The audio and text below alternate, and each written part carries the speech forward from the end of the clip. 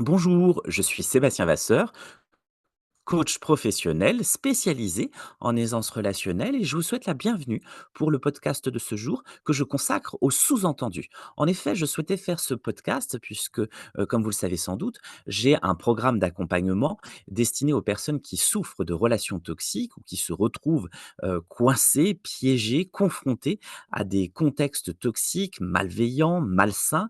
Et le fil rouge que je vois depuis toutes ces années se dessiner autour de tout ceci, c'est les sous-entendus. Les sous-entendus, au final, ça pourrait être comparé au terreau, à l'ingrédient incontournable de ce qui va faire une véritable relation toxique. C'est ce que je vois apparaître constamment dans mes accompagnements, tant par la personne qui en souffre, qui est victime de sous-entendus à son encontre, que de ce que cette personne va aussi émettre. Parce que parfois, dire directement les choses, exprimer frontalement son besoin, peut être suffisamment confrontant et on va utiliser des biais, sans forcément le conscientiser, qui sont des sous-entendus. Alors, je vous propose immédiatement de rentrer dans des éléments de définition.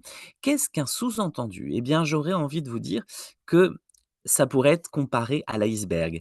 C'est, la partie, heu, énorme, que de l'échange, de la relation que l'on n'exprime pas. Le sous-entendu, c'est ce que l'on ne va pas exprimer, c'est ce que l'on ne va pas clarifier.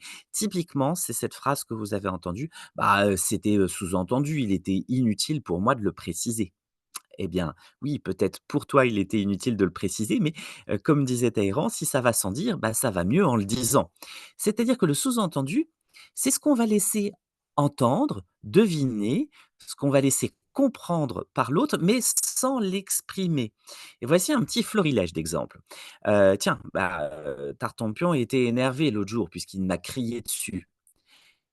Je fais une interprétation, ne comprends pas le geste, que la réalité est tout autre.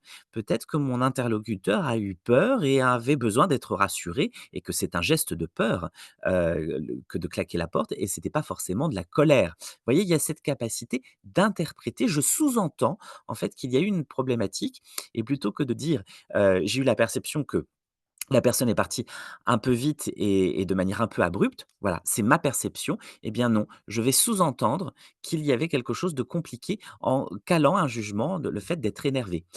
Typiquement, une très jolie phrase que j'ai entendue l'autre jour de quelqu'un qui dit: «Eh encore une!» Mais encore une quoi? De quoi parle-t-on? Une étourderie, une bêtise, une faute, une erreur? Et c'est pas la même chose. Et là, on sous-entend qu'il y a quelque chose qui ne convient pas, mais on ne vient pas le clarifier. Ah, alors une très, très belle chose que j'entends très souvent dans mes accompagnements sur les relations toxiques, c'est quand, on reçoit typiquement ce type de phrase: «Tu me déçois». Bah, sous-entendu, en fait non, moi j'ai un besoin de fiabilité et en ne respectant pas les délais sur ce dossier, eh bien je me suis senti en insécurité. Ça, c'est le véritable fond de ce qu'on a dans la conscience et on va faire un raccourci malheureux en s'adressant à l'autre en disant: «Tu me déçois». Non, je peux percevoir de la déception, mais c'est pas toi qui me déçois, c'est moi qui vis ça parce qu'il y a un besoin qui est né, qui est celui de la fiabilité. Vous voyez, autre type de sous-entendu, qu'on pourrait caractériser comme de l'implicite, que l'on croit véritablement explicite, évident et qui pourtant ne l'est pas. Typiquement, «Ah mais c'est pas possible, tu aurais pu faire attention». Mais attention à quoi? Sous-entendu, mais en fait, tiens, je me sens triste ou je me sens en colère parce que tu as cassé un objet qui m'était cher sentimentalement. C'est ça qu'il convient de dire. Mais je vais rester à la surface des choses plutôt que de parler de moi et d'oser faire part de mon émotion et voyez, on peut le faire de manière non agressive et non confrontante, je vais rester à la surface des choses et venir créer du sous-entendu qui, par définition, sera mal réceptionné par l'autre, qui va créer du malentendu avec le «bah tiens, c'est pas possible, tu aurais pu faire attention». Autre type de phrase que l'on croit complètement explicite, évidente, alors qu'elle demeure implicite, par exemple, ce que j'ai entendu l'autre jour de la part d'un gendarme: «De toute façon, tout ce qui n'est pas interdit est autorisé». Bah, en fait, ce que tu es en train de sous-entendre, c'est que je sais parfaitement tout ce que l'on a le droit de faire et tout ce que l'on n'a pas le droit de faire, que tu sous-entends que je devrais le savoir. C'est un sous-entendu. Autre chose que j'ai entendu, une fois de la part d'une enseignante, c'était: «Les plus mauvais élèves seront punis». Sous-entendu et là, il y en a un petit paquet, vous voyez, de sous-entendus à travers cette phrase complètement anodine, je sous-entends que vous devez être fort et performant pour moi. Sinon, il y aura une sanction. Je sous-entends par ailleurs qu'il y aura une sanction qui sera appliquée, mais je ne dis pas à qui. En effet, quel est mon critère? À partir de quand je considère qu'un élève est bon ou mauvais? Autre sous-entendu que l'on peut, avoir, c'est typiquement l'insinuation. L'insinuation dans le sens, une tentative de faire comprendre quelque chose sans nécessairement l'exprimer formellement. Et d'ailleurs, c'est souvent une insinuation teintée de malveillance. Exemple: «Après tant d'années à travailler ici, franchement, tu aurais dû le savoir». Sous-entendu, c'est ce qui aurait réellement dû être exprimé, c'est: «Bah, tiens, tu as manqué d'informations sur ce coup-là ou d'aide à la décision ou de discernement et tiens, il serait essentiel là que l'on clarifie ensemble ce qui t'a manqué pour pas que ça se reproduise». Et non, je vais avec une espèce de jugement insinuer le fait que tu n'es pas compétent ou que tu n'es pas fiable.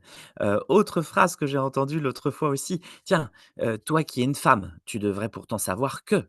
Heu, je vais là aussi alors c'est pareil avec, les femmes, les hommes, tout ce qu'on veut. On va généraliser. L'autre jour, j'ai entendu ça à une personne qui me disait dans un de mes accompagnements: «Bah, sous prétexte que je suis avocat, bah, on me dit tout le temps, bah, tiens, que je devrais savoir ci, je devrais savoir faire ça, sous prétexte que j'ai, telle caractéristique de mon identité». Alors le plus joli que j'ai entendu la semaine dernière, c'est: «Elle fait ce qu'elle peut de toute façon». Sous-entendu, bah, elle est complètement idiote et non, arrêtons avec les sous-entendus, arrêtons de les émettre et décryptons ceux que nous recevons. Parce que en réalité, le sous-entendu, qu'est-ce que c'est? C'est quelque chose qui n'est pas entendu, je vous assure. Ce que l'on ne dit pas n'est pas dit, un non-dit n'est pas dit et un sous-entendu n'est pas entendu, je vous assure. Parce qu'en fait, il n'exprime pas le sous-entendu, il vient suggérer. Donc il laisse place à de l'interprétation et je vous rappelle que le jugement n'est rien d'autre que de l'interprétation. Par ailleurs, nous sommes tous différents. Donc s'il y a des choses qui vous semblent complètement évidentes, concevez que les autres ne sont pas construits comme nous, comme vous, et que vous avez des représentations différentes, une manière d'être au monde, de percevoir le monde, une carte du monde qui est forcément différente, avec des modes de fonctionnement différents. Et que si pour vous, c'est réellement évident, ça n'est pas nécessairement pour l'autre et que l'autre, bah, n'est pas doué de pouvoir de divination ou de télépathie. Par exemple, une personne que j'accompagnais hier me disait justement qu'elle s'était mise à parce que c'était important pour elle, à, cuisiner. C'était quelqu'un qui ne cuisinait pas du tout et elle avait besoin de son besoin, c'était d'obtenir des retours de son conjoint, de savoir si ce qui avait été fait était, bon, plaisait à la famille et elle dit: «Voilà, est-ce que c'est bon?» Et le conjoint lui répond: «Oui, oui, c'est bon». Et immense frustration chez la personne parce que ce qu'elle attendait, c'était pas une réponse à une question fermée. Vous voyez la mauvaise expression: «Est-ce que c'est bon?» En réalité, ce qui aurait dû être posé, le sous-entendu, c'est important pour moi d'avoir ton retour, d'avoir ton appréciation. Qu'en est-il? Et elle a eu cette phrase un peu malheureuse, cette distorsion de pensée: «Bon, bah, puisque c'est comme ça, la prochaine fois, tu auras le droit à une boîte». C'est-à-dire que je sous-entends qu'il y a quelque chose que je n'ai pas obtenu, que je n'ai pas reçu, que c'est de ta faute, mais tout simplement parce que je ne l'ai pas demandé, je ne l'ai pas exprimé. Ce que j'ai tenté d'exprimer au travers du sous-entendu, c'est un mécontentement. Mais quel est le besoin qui se cache derrière le mécontentement? Donc, sous-entendre, ça revient à reprocher à quelqu'un de ne pas avoir deviné ce que je voulais dire. Et c'est à la fois injuste et quelque part intellectuellement malhonnête. Et ça, c'est vrai pour les 2 parties, puisque nous en faisons tous, des sous-entendus dans le sens où c'est évident pour nous et nous recevons aussi beaucoup de sous-entendus parce que souvent, c'est une manière pour l'autre de nous envoyer un pic, une provocation, une forme de poison relationnel, voire émotionnel. Et ça va générer tout un tas de tensions qui peuvent devenir complètement insurmontables. Et en cela, nous sommes en plein dans les relations toxiques. Donc la conséquence de ces sous-entendus, de l'art de pratiquer des sous-entendus, c'est de ne pas pouvoir ou de ne pas vouloir ou de ne pas savoir dire les choses, cette conséquence-là de à ne pas pouvoir le faire, c'est que nous allons vivre des choses vraiment difficiles. Nous allons passer par de la frustration, c'est-à-dire une distance entre ce que je suis en train de vivre et ce que j'aimerais vivre. Nous allons rencontrer tout un tas de problèmes. Ça peut aller même jusqu'à des formes de dépression. Moi, j'ai même rencontré des burn-out qui sont complètement liés à une succession épouvantable de malentendus récurrents et permanents.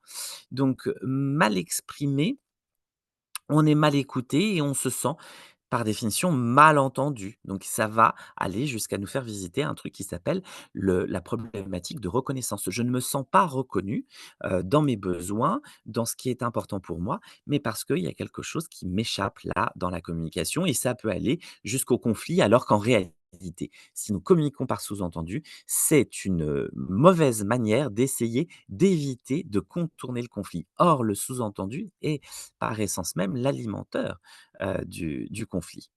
Donc, quelle est la solution? Eh bien, la solution, elle peut, sembler très simple et en fait, elle l'est parce que c'est absolument pas quelque chose de difficile. C'est d'identifier clairement ce qui est votre besoin et non ce que je ne veux pas pour derrière le traduire en demande claire et précise. Je vous donne un exemple. La semaine dernière, j'ai rencontré une personne qui est un cadre en entreprise, qui est dans son entreprise depuis une trentaine d'années, qui manage toute une équipe et pour lui, ce qui est important, c'est la relation à l'autre, la relation aux collègues, que les choses puissent être fluides, sympathiques, le côté chaleureux est essentiel et cette personne a un nouveau responsable hiérarchique qui elle a une autre perception du monde, qui a une culture de l'objectif, qui a une culture du fait, du résultat et la relation à l'autre a moins d'importance et dit comme ça peut paraître pas grave, mais ça a mis, mon client dans une situation extrêmement compliquée, et de le cumuler, ça a produit chez lui même un arrêt. Le médecin a choisi de le mettre en arrêt pour plusieurs mois et quand la personne est rentrée, elle a exposé à son responsable hiérarchique en entretien de réaccueil: «Moi, ce que je ne veux plus, c'est de commencer les journées comme ça. Ce que je ne veux plus, c'est qu'on aille directement sur les objectifs sans ménager le lien. Ce que je ne veux plus, c'est que les collègues reviennent au travail sans avoir le sourire». Bref, la personne a eu le sentiment d'être claire en faisant la liste de tout ce qu'elle ne voulait pas et sa hiérarchie a écouté et a changé des choses sur le poste. Et quelques semaines, quelques mois plus tard, à nouveau patatras, mon client se sent à nouveau pas bien dans sa peau. Pourquoi? Eh bien parce que ce que l'on a reconnu, ça n'était pas son besoin. Ce qu'on a reconnu, ce qu'on a identifié, c'était sa souffrance et le responsable hiérarchique a amené une réponse qu'elle, elle a jugée étant la plus adaptée à sa souffrance. Mais en fait, il ne s'agissait pas de répondre à la souffrance de la personne, il s'agissait de répondre aux besoins. Mais en même temps, la personne n'avait pas clarifié ce besoin. Ce qu'elle avait besoin, c'est un besoin de convivialité, de partage, d'entraide et plutôt que de dire: «Bah, en fait, moi, ce qui est essentiel, c'est que tous les jours, toute notre action tourne en respect avec ces valeurs-là», eh bien, elle a explicité tout ce qu'elle ne voulait pas et elle était persuadée d'être claire et en réalité, pour son interlocuteur, elle n'était pas claire puisqu'on a identifié en partie tout ce qu'il s'agissait d'éviter, mais pas avec clarté la puissance de ce qu'il fallait remettre à l'honneur, ce qui était essentiel. Alors, ce sont des éléments que je j'aborde quotidiennement dans mon programme et le sous-entendu, c'est véritablement l'un des fils rouges, heu, de la relation toxique. Vous l'aurez, compris, ce qui fait qu'une personne est exposée à des situations de manipulation, de mauvaise foi, d'hypocrisie, de mensonge ou même de déni, c'est tout ceci, toute cette expression qui va se faire au travers des sous-entendus, des non-dits qui font qu'on a le sentiment d'être mal entendu au sens littéral, ça crée du malentendu, du conflit et donc on va venir souffrir de relations toxiques qui peuvent complètement, prendre leur essor dans des contextes malveillants, malsains, voire maltraitants. Tous ces jeux de pouvoir dans lesquels nous allons nous retrouver dans une espèce d'impuissance à nous exprimer, dans une forme d'inhibition, eh bien j'accompagne toutes ces personnes qui souffre de cela au travers de mon programme pour venir gagner en affirmation de soi, vivre des relations saines, sereines, sincères, enrichies. Et pour cela, j'ai mis au point le programme Ataraxie qui, permet de se confronter à cette question des sous-entendus et à bien d'autres, tels que, le lâcher prise, tels que retrouver une parfaite assertivité, une juste affirmation de soi. Donc, être pleinement dans notre puissance personnelle, retrouver de l'énergie vitale, de la sérénité et développer une véritable assurance, une capacité à poser des limites, à sortir de la culpabilité pour s'affranchir du regard de l'autre et du jugement de l'autre. Donc si, cela vous parle et si vous souhaitez en savoir plus sur mon programme d'accompagnement, eh bien je vous invite à prendre mon contact. En attendant, je vous souhaite un très bon cheminement autour de ces questions et je vous dis à très bientôt dans un prochain podcast. Au revoir.